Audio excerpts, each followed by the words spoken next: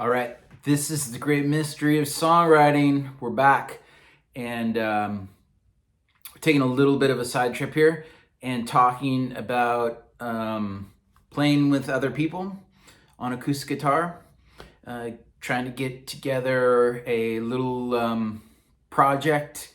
And if you're interested in that, hang on, and I'm just going to go through a couple things that I think are really important in the beginning of a collaboration or a project with someone to work on some songs.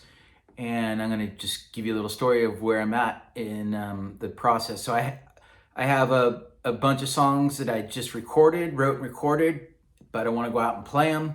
And I happened to run into someone that also has their own songs, and I had asked him if he wanted to jam and hang out and play some songs, and he agreed, and we've been doing it now. We're on our probably 6th or 7th week in a row of doing it, and it's working out. It's super fun, and that's my first tip. It should always be fun.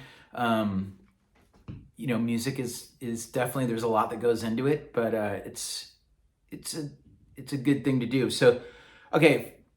I'm going to tell you the very first thing is when you get together with someone else, there's some preparation that goes into it, and then there's a couple strategies for that. There's a couple strategies while you're playing. So I'm going to cut to the chase and say that while you are playing, there's a couple things that are really important. So if you're playing with someone else and you're in person, this is different than collaborating on a computer, like a digital audio workstation, or files with someone that you're collaborating with on a song on the computer. But when you're face to face with someone, the number one rule is you need to keep your ears open, and not only to what you're playing, but more importantly, actually to what the other person is playing.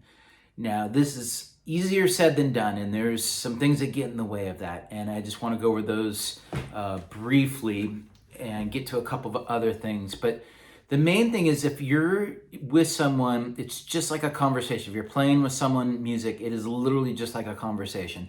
So if you are both playing music at the same time, or somewhat trading back and forth in musical phrases or whatnot, it's very important that you're listening to the other person just as much or more than you're listening to yourself.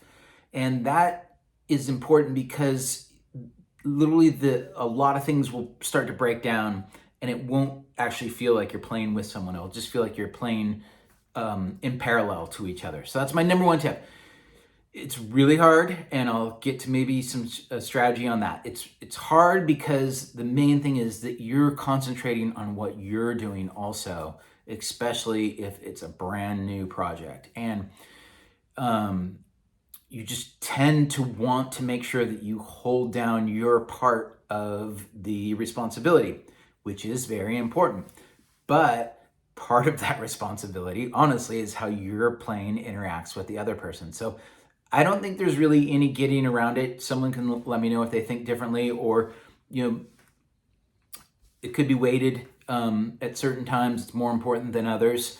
I definitely understand that. And there is some times that you just need to concentrate on exactly what you're doing. But I would just say, keep reverting to, like, I need to listen to what the other person's playing, and then I need to react to adjust my playing to what their playing is. One of the biggest things is, no matter how much you practice beforehand, things will end up sounding different once you're with that person. And everything you practice is all very important, but you got to be willing to adjust and be flexible, because once you get another person in there live, it is literally a whole new situation. So I'd say the strategy for this, number one, is to be prepared. If you are prepared with what you're going to play, it'll make it that much easier to be flexible about what they're playing. The second, or this actually might be the most important thing, is you need to play in time. And that doesn't mean perfect metronomic time, but you could possibly set up a metronome if you don't have a drummer or a timekeeper. but at least you need to practice beforehand to a metronome, because, and it is part of the beauty of actually music, if both people are playing in a regular time, there is a lot of give and take that can make that sound like a very cohesive rhythmic sound throughout.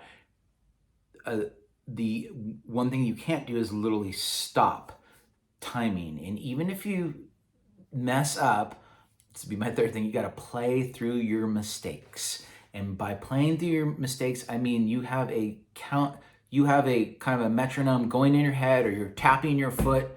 And if you make a mistake, you need to, even if that mistake takes you off time, you need to skip forward to the actual time of the song, which hopefully your musical partner that you're collaborating with live is helping you keep. So these are some of the back and forth things that are huge in just the bare bones of sitting down with someone and playing. Now, before you play, there's some strategies that can make you feel more comfortable, because I don't know about everybody else, but anytime I sit down and play with someone, even though I've been doing it for many years, there's a certain amount of adrenaline that can get into you, whether it's for fun or excitement or nervousness, or because you feel put on the spot because you want to play your best. Adrenaline floods your brain and you cannot think, and you literally, your ears turn off sometimes. And this is normal, completely normal. But if you are prepared beforehand, you can skate through this. It's maybe just like if you go and meet on a job interview or something. If you're prepared beforehand, something that has a lot of pressure in it, or whatever, something happens, it's a high pressure conversation, if that you know you're going to be involved in. If you prepare beforehand, it will always make you feel a little more relaxed. And that is because you have little home bases to go back to that you know where you feel comfortable. So if you're going to be playing with someone, I'd say prepare as much as you can, and then be happy with how you prepared before you play, and just let it go at that point, and know that when you're jumping into playing with someone, it is now a completely different situation. You did your preparation, you are now almost doing another activity with someone else. Just take that like it's a clean sheet and move from there. And I guarantee you these things, they don't work perfect the first time, but as you keep working through things, it gets better and better. I know this because I think I've been playing with other people for probably 25 years, maybe 30, but I haven't done it for a while. And I know now from these certain habits, getting together with this one person to play music is much easier if you have a few of these strategies. Now, it doesn't mean that my ears don't turn off and I don't get nervous when I can't remember the next chord and whatnot. But I know and I trust that if I prepared and I continue to keep my ears open as much as possible, I play to a consistent time rhythm, things are going to work out. And then last but not least, have fun. It's okay to mess up. It's okay to a lot of times when people are playing with each other, people will kind of look up with the eye of humor. It's best not to crack up completely and disturb the music, but there's eye cues and a little laugh here and there go a long way between musicians. If you see really good musicians playing up on a stage live, they're making mistakes all the time. Nobody is perfect. If you watch them really closely, they don't overreact, but you'll see them trade little eye glances when they mess up. They won't roll their eyes. Most people that have learned it just learn not to show it. You just, like I said, you play right through the mistakes. Stay on rhythm, play through. But people will do funny little things, and it's almost part of the camaraderie and the fun of when you start getting something down with a group of people or another someone that you're playing music with. And it's part of the fun because it's a nonverbal communication. It's knowing that we all make little mistakes. And so those are my just bare things as I talk again about calling it jamming with other people. And I just want to cover those things because as we're kind of getting rolling, there's some rough patches, but I think the more you can kind of trust in yourself, the more the other person trusts in you. And even like right now, I think possibly the person that I happen to be jamming with is much more proficient than I am. As long as I know those strategies and I don't get hung up on them, it doesn't really affect how much fun you're having. At some point, someone could be like, yeah, I want to play with a better musician, but you can really extend that time by using these things, and you can get a lot of out of it while you're playing with someone that you feel like is a compatible musical partner. So that's my tips for this time, and I hope that helps. I'm just going to continue a few of these as I'm getting this new musical project going. I'll let you know if it goes down the tubes, which I will be totally fine with also. I'm going to show you one thing though first, just one little musical strategy that I am using, and it's really basic. We happen to be two acoustic guitars playing, and he's got a song that just goes back and forth between the E and the G.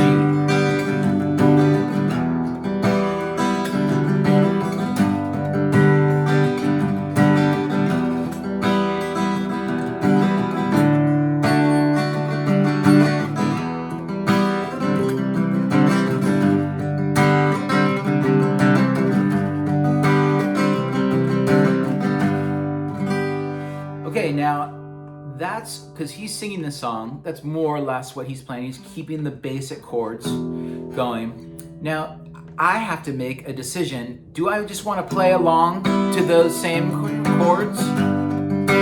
There's nothing wrong with that. But now that I've kind of learned the chords, I haven't figured out my part completely, but I'm like, how can I maybe add to that part? Now, I don't want to solo over. I want to kind of let his vocal have its spot because it's a very nice song. And so quickly, I'm just going to show you one simple strategy. It's to find the same chords a little higher up the neck. So right now, it goes E minor to G. And I'm working on this part that goes E minor, which is this, it's a minor shape barred, so A minor, and then barred up to here, to G.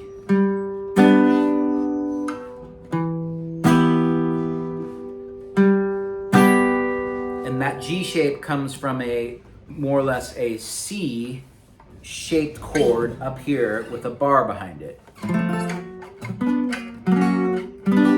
Sorry. So I'm going.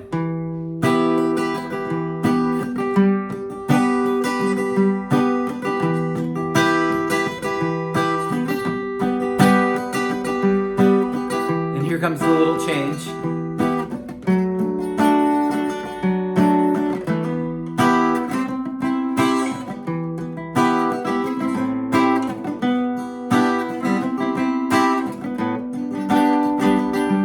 Part is E minor to G. I can talk easier on these ones.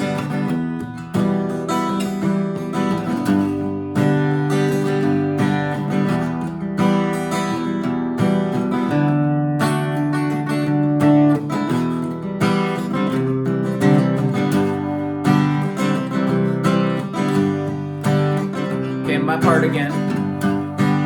Same thing. Just the same chords higher up.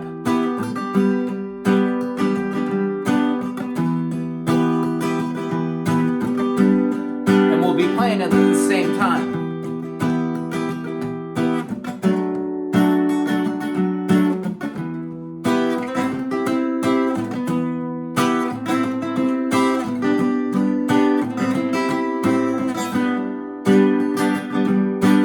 That's it. So that's my tip. Find the chords that are higher up. If you haven't learned those chords yet, they're out of what everybody's calling the cage system now. Try that out and stick with me. I'll try to give another little update on how this musical project is going and some other little things I'm learning along the way. Thanks for joining. All right.